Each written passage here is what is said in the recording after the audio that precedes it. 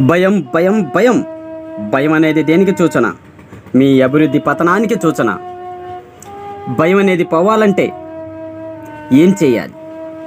దేనిని చూసి మనం భయపడుతున్నామో మనం దానితోటే ప్రాక్టీస్ చేయాలి.